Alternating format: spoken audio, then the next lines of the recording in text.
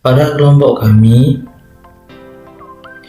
untuk membuat suatu perencanaan atau diagram perencanaan, kita menggunakan sebuah aplikasi komputer yang bernama flowchart.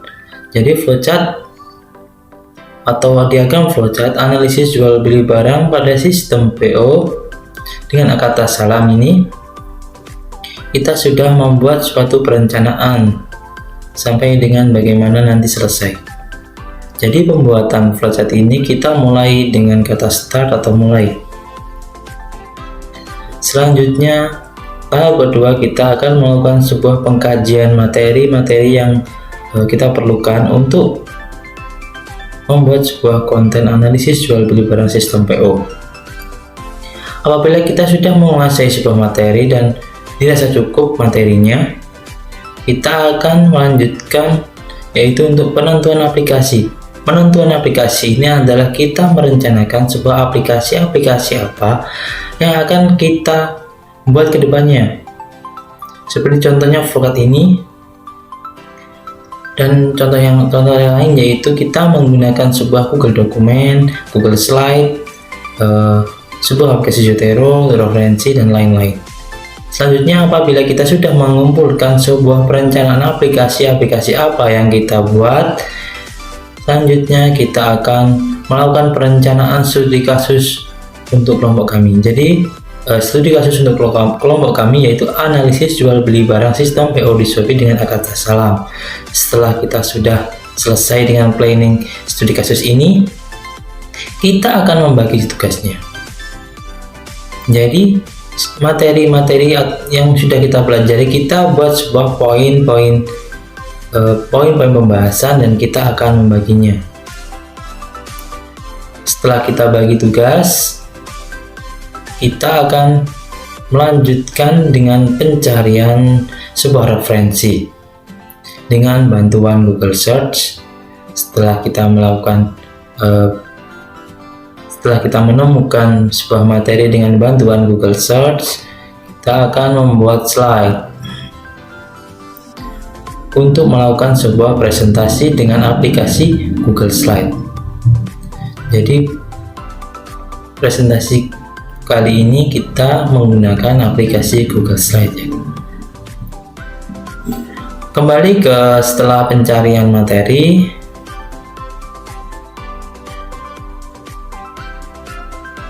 atau pencarian referensi konten dari Google Search, kita kumpulkan dari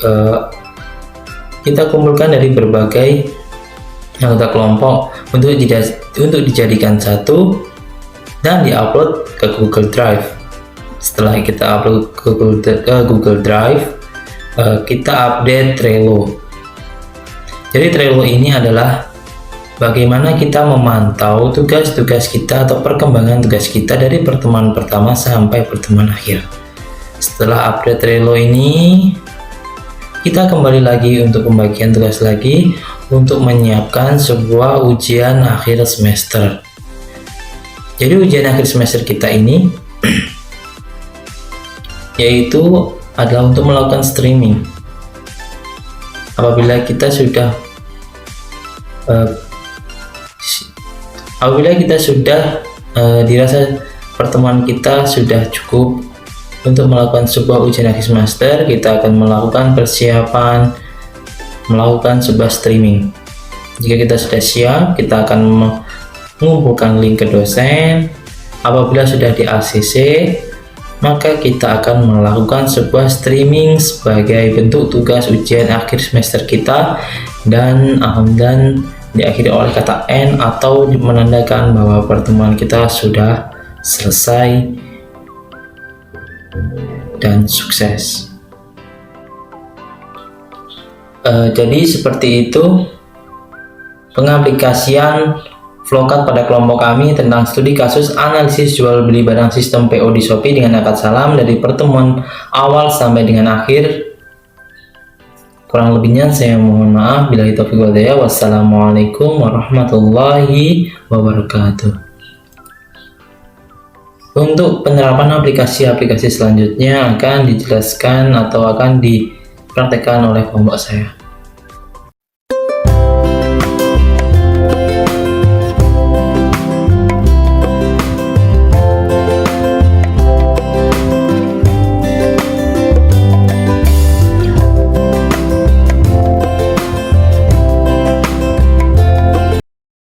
Assalamualaikum warahmatullahi wabarakatuh. Perkenalkan, nama saya Cutfianisa Balkisasan dengan NIM 050202200033 dari kelompok 3 Aplikon. Di sini saya akan membahas tentang cara pengaplikasian Trello dalam studi kasus kelompok kami. Nah, yang pertama, kita membuka Google Chrome terlebih dahulu. Setelah itu, kita ketik Trello. Nah, lalu sudah muncul website Trello. Kita klik. Lalu kita klik login untuk login ke akun kita. Nah, di sini banyak cara untuk login ke akun Trello teman-teman, yaitu dengan cara Google, Microsoft, Apple, ataupun Slack. Karena saya ingin melanjutkan dengan Google, saya klik continue with Google.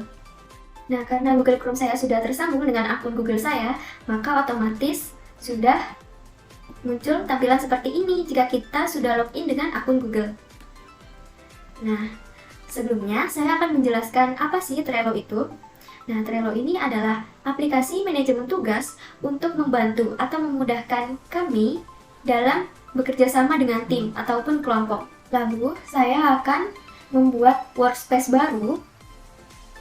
Kita klik workspace, lalu kita klik tombol tambah, dan di sini tertera workspace name, yaitu nama workspace kita. Kita beri nama Aplikon. Lalu di sini ada berbagai jenisnya. Kita klik other atau lainnya. Nah, di sini itu untuk menambahkan deskripsi pada workspace kita. Nah, karena saya rasa sudah cukup, saya klik continue. Setelah itu, di sini kita bisa menginvite teman-teman kita atau kelompok kita ke dalam workspace ini. Contohnya, kita klik invite workspace. Nah, maka dari itu tampilannya akan seperti ini. Lalu, di sini kita akan menambahkan board. Kita klik create, lalu create board. Dan di sini kita beri judul kelompok 3. Kita klik create. Nah, lalu tampilannya akan seperti ini, teman-teman. Nah, di dalam to-do sini kita akan memasukkan hal-hal apa saja yang ingin kita kerjakan. Contohnya pada pertemuan pertama yaitu membuat kelompok dan menentukan judul studi kasus kelompok. Kita klik add card. Nah, setelah itu tampilannya seperti ini. Lalu kita klik icon pensil ini untuk menambahkan anggota kelompok yang sudah mengerjakan. Maka kita klik edit labels. Kita beri nama teman-teman kita. Jika semua anggota kelompok kita mengerjakan, maka kita centangi semua. Setelah itu kita klik save. Lalu, jika ingin menambahkan deadline, kita bisa klik edit dates.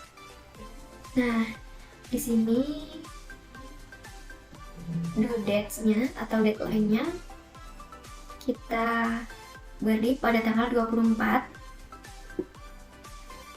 Lalu, kita juga dapat menambahkan waktu. Saya ingin jam 12. Dan di sini kita dapat mengatur kapan Trello ingin mengingatkan deadline kita. Nah, di sini 1 hari sebelumnya. Karena saya merasa 1 hari sebelumnya itu sangat cukup untuk mengingatkan deadline, maka kita klik save. Lalu ada tampilan seperti ini jika kita menambahkan deadline. Kita klik save. Nah, jika to-do kita sudah dalam tahap pengerjaan, maka kita dapat menseret atau mengambilnya lalu memindahkannya ke doing jika dalam tahap pengerjaan. Nah, jika selesai, kita dapat memindahkannya ke tahap done. Lalu kita dapat menambahkan list, problem, atau masalah jika kita terdapat masalah atau kendala dalam mengerjakan tugas ini. Lalu kita klik add list. Nah, setelah itu mungkin bisa dilanjutkan pertemuannya, pertemuan 2 sampai pertemuan terakhir, yaitu pertemuan 16. Setelah itu, saya ingin men-share Trello ini ke teman-teman saya. Kita dapat mengklik create link untuk men-share, lalu kita copy link, lalu kita bagikan atau share ke teman-teman kelompok kita. Nah, jika kita ingin menginvite lewat email, kita dapat menambahkan di sini email address or name. Nah, saya ingin menambahkan.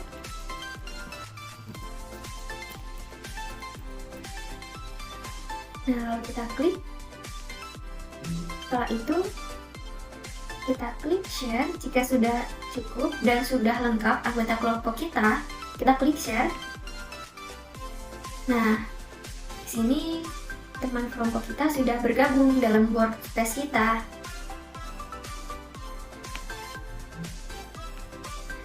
Sekian dari presentasi dan apa yang saya bahas tentang cara pengaplikasian Trello dalam studi kasus kami, yaitu analisis jual beli barang di Shopee dengan sistem PO dengan akun Assalam. Sekian pembahasan dari saya. Wassalamualaikum warahmatullahi wabarakatuh.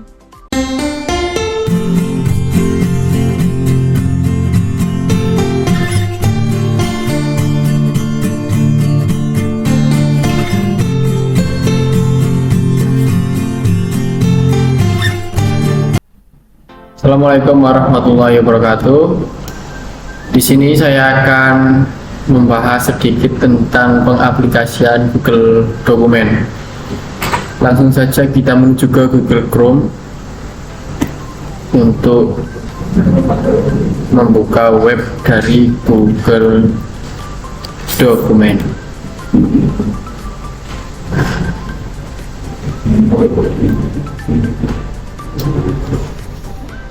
Nah, pada awal membuka Google Dokumen, kita disuguhkan dengan ini beberapa banyak dokumen di sini. Ini ada dokumen kosong dan ini ada dokumen yang sudah ada template dari Google Dokumen itu sendiri. tapi kita tidak akan menggunakan template yang ini karena kita akan membuat penulis atau tulisan baru di Google yang dokumen yang kosong. Nah, dalam Google Dokumen ada banyak ikon-ikon yang disuguhkan, yaitu ada undo, redo, print, dan lain sebagainya, sampai ada ukuran, gaya, style teksnya, font, dan lain sebagainya yang ada di atas ini. Langsung saja kita akan mencoba menulis.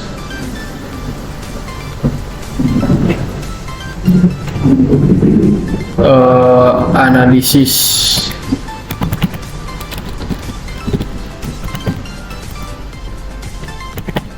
jual beli barang, sistem pre-order di Shopee, dan apa salah. Nah, ini kita ubah stylenya menggunakan style judul karena ini nantinya akan menjadi judul dari kepenulisan kita. Nah, sudah dengan size 16 dan fontnya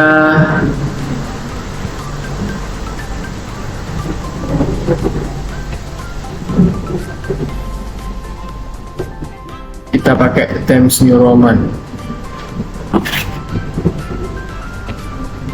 Nah, cara ratakan tengah karena ini adalah judul. Pastinya dalam sebuah artikel atau jurnal itu ada subbab judul. Biasanya ada pendahuluan, terus permasalahan umum, metode penelitian, ada pembahasan, dan juga ada kesimpulan yang terakhir. Ini juga kita ubah stylenya menjadi style subjudul atau heading 1. Nah, kita rapikan 12 dan menggunakan Times New Roman. Nah, biasanya dalam pembahasan ada subjudul 2 atau heading 2. Biasanya ada pengertian.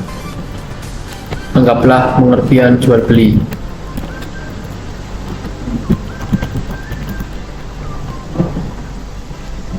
Ini kita ubah menjadi heading 2 karena ini masuk dalam subjudul kedua.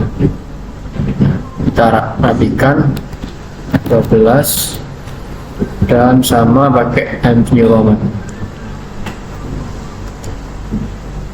Nah, di sini bagusnya Google Doc itu bisa memfilter mana kalimat yang salah, mana kalimat yang benar. Nah, kalau ada kalimat yang salah di underline merah sama Google Doc, nah ini bisa kita rapikan yang sudah disarankan oleh Google Docs.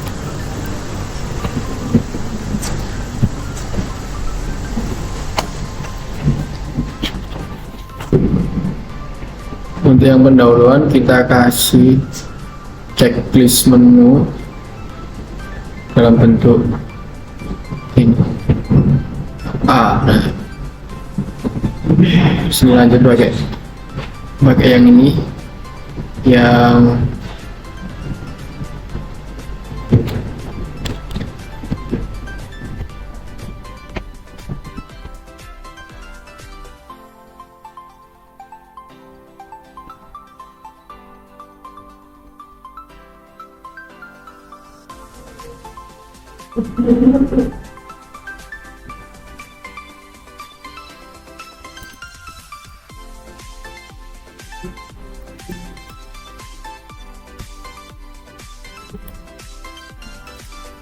Nah, dalam pendahuluan kita nanti menginput kata, kita tulis input kata saja. Terus dalam permasalahan umum kita juga akan menginput kata.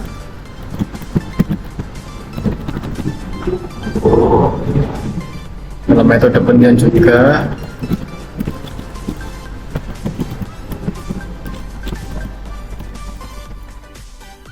Nah, dalam pembahasan ini kan pembahasan tadi heading 1 atau subbab 1, yang kedua adalah subbab dari pembahasan. Nah, coba kita menjorokkan ke lebih ke dalam. Nah, kita coba semisal kita mengetik pengertian jual beli. Jual beli adalah suatu perjanjian tukar menukar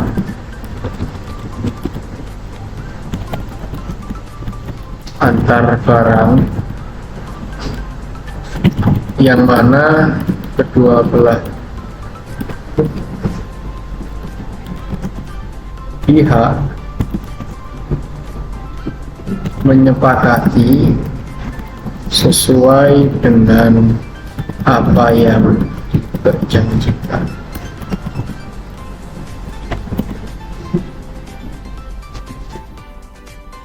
Seperti ini. Nah, kesimpulan nanti kita akan menginput kata juga, kita tulis input kata. Nah, kita akan rapikan semuanya agar lebih rapi lagi. Fontnya 12 Times New Roman. Nah,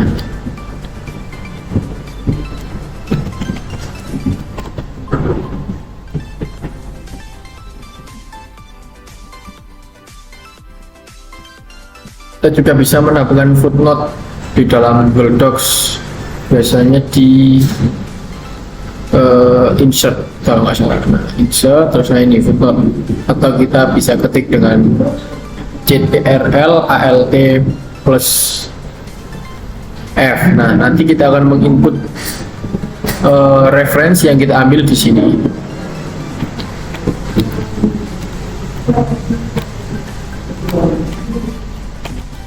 Kita juga bisa menggunakan icon, nah ini checklist. Nah, agar pendahuluannya bisa menjadi gini. Input katanya kita menjorokkan, kita mengikuti, terus ini input.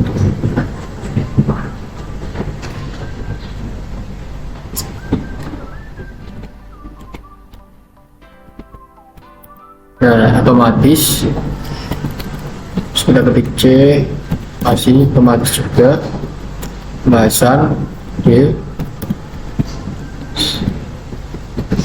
terus ada angka E kesimpulannya. Kita rapikan.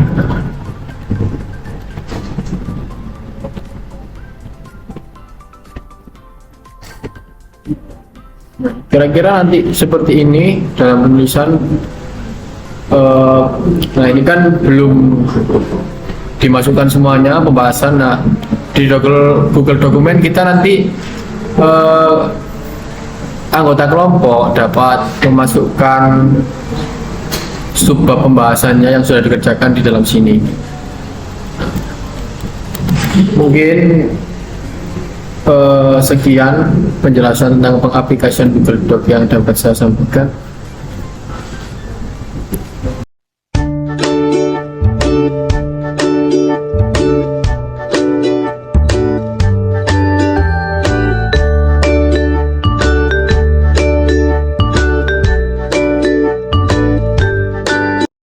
Baik, langkah selanjutnya yaitu adalah metode pengumpulan data. Pengumpulan data kita lakukan adalah dengan cara menyebarkan link kuesioner. Nah, di sini sudah ada kuesioner yang akan dibagikan kepada pengguna aplikasi Shopee. Yang pertama, ya ini kita tulis judul terlebih dahulu. Judulnya yaitu analisis jual beli barang, jual beli online barang sistem PO di Shopee dengan akad. Untuk pertanyaan pertama, yaitu apakah Anda pernah berbelanja di Shopee? Optionnya yaitu iya dan tidak. Lalu pertanyaan kedua, yaitu apakah Anda pernah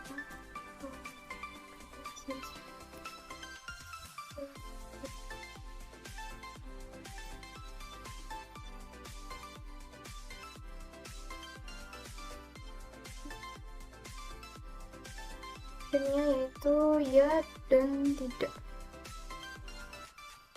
Lalu pertanyaan ketiga, jadi yang melakukan pengisian kuesioner ini dia tuh sebagai dia sebagai buyer, seller, atau keduanya jika mereka pernah melakukan sistem pre-order ini di Shopee. Jadi saya memberikan pertanyaan.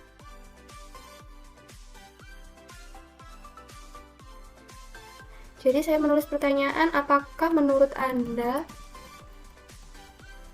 sistem pre-order Shopee ini sangat efisien? Lalu optionnya ya dan tidak. Pertanyaan selanjutnya yaitu sebagai buyer, menurut Anda sistem pre-order ini memiliki dampak merugikan atau menguntungkan? Di sini saya memberikan opsi. Yang pertama yaitu apabila merugikan dan menguntungkan. Selanjutnya saya berikan kepada penjual, apakah dalam sistem pre-order ini yang diberikan Shopee memberikan dampak yang menguntungkan atau merugikan kepadanya. Sama seperti kayak pertanyaan tadi yang diberikan kepada pembeli. Pertanyaan selanjutnya yaitu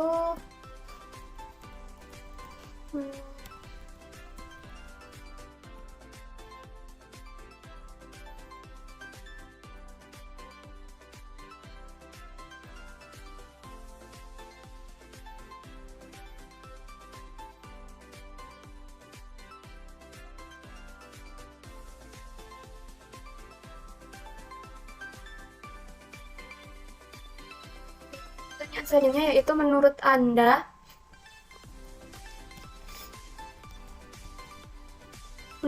apakah sistem PO ini jelas transaksinya?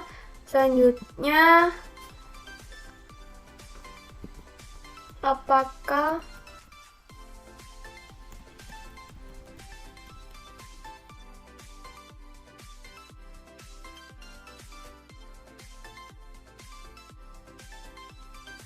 menurut Anda sistem PO ini riba? Optionnya iya dan tidak. Dan pertanyaan terakhir yaitu dari jawaban yang sebelumnya, apakah sistem PO ini riba? Lalu saya akan mempertanyakan apa alasan Anda menjawab hal tersebut. Setelah ini bisa di-share kuesionernya. Baik, sekian dan terima kasih.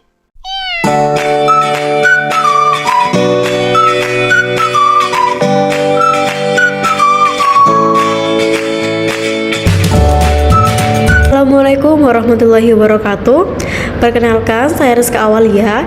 Di sini saya akan membahas terkait dengan penggunaan Google Slide dalam menuliskan poin-poin dari analisis studi kasus kami. Nah, judul dari studi kasus kami yaitu tentang jual beli barang, sistem PO di Shopee dengan akad asalam.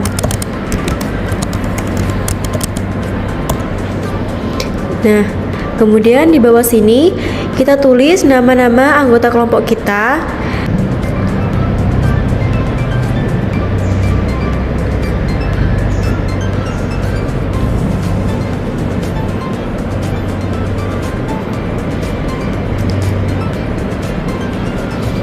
Di sini kita juga bisa merapikan formatnya diratakan, tengah, ataupun sama rata.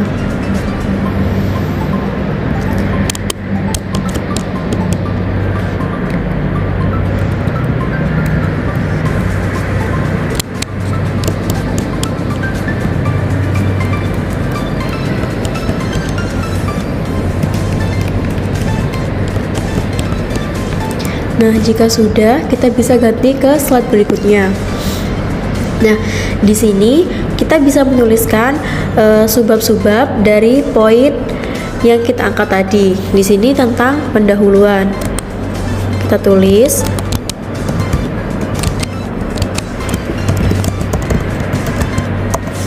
Nah, dalam pendahuluan ini kita terdapat 3 poin, yaitu yang pertama kita akan membahas terkait dengan jual beli dalam pandangan Islam.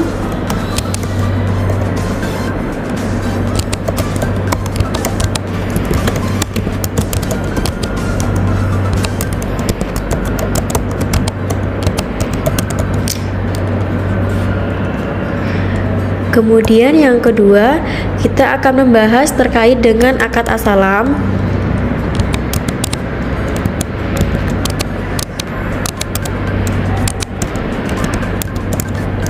Dan yang ketiga yaitu tentang e-commerce.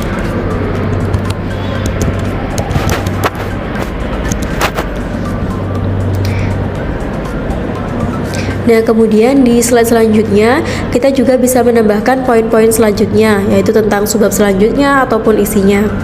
Nah, di sini kita juga bisa membagikan hasil kerja kita kepada teman-teman kita, yaitu dengan cara kita klik bagikan.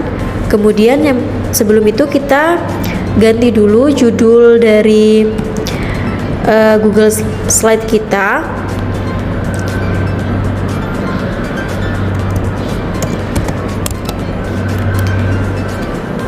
Kita tulis